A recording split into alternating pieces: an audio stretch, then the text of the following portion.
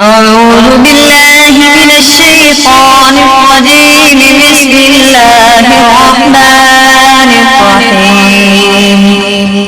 ألم تر إلى الذي حاج إبراهيم في ربه أن آتاه الله الملك إذ قال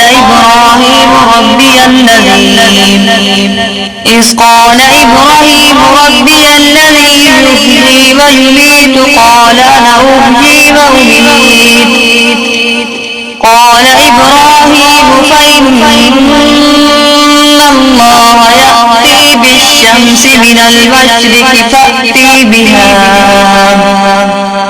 من المغرب فبهت الذي كفر والله لا يهدي القوم الظالمين. صدقت يا رب العالمين.